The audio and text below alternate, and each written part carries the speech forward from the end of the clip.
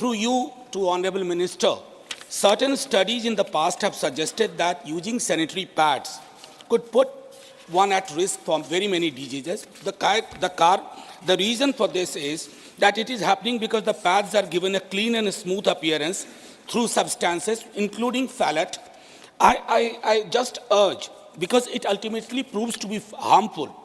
May I ask the Honorable Minister whether the government has considered the regulation of such chemicals in the manufacturing of sanitary napkins, which actually goes used in plastic softening?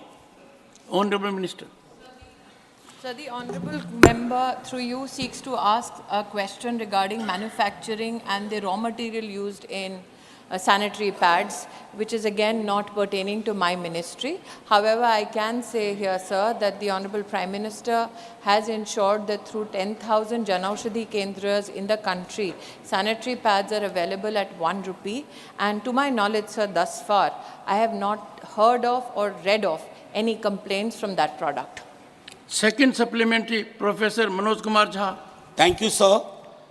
I wish to say, draw the attention, sir, 1992-93, Bihar was the first state under the leadership of Laluji, which gave menstrual leave for the first time, followed by Kerala.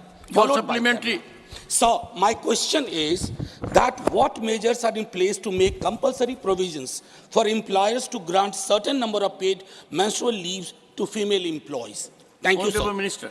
So as the gentleman would concede that as a menstruating woman, I can very particularly in this house say, menstruation and a menstrual cycle is not a handicap. Neither it's a natural part of a woman's life journey. Given that women today are opting for more and more economic opportunities, I will just put my personal view on this, sir. I'm not the officiating ministry. We should not propose issues where women are in some way denied an equal opportunity just because somebody who does not menstruate has a particular viewpoint towards menstruation. Professor Manoj Jha, you were very kind to give me medicine for my throat.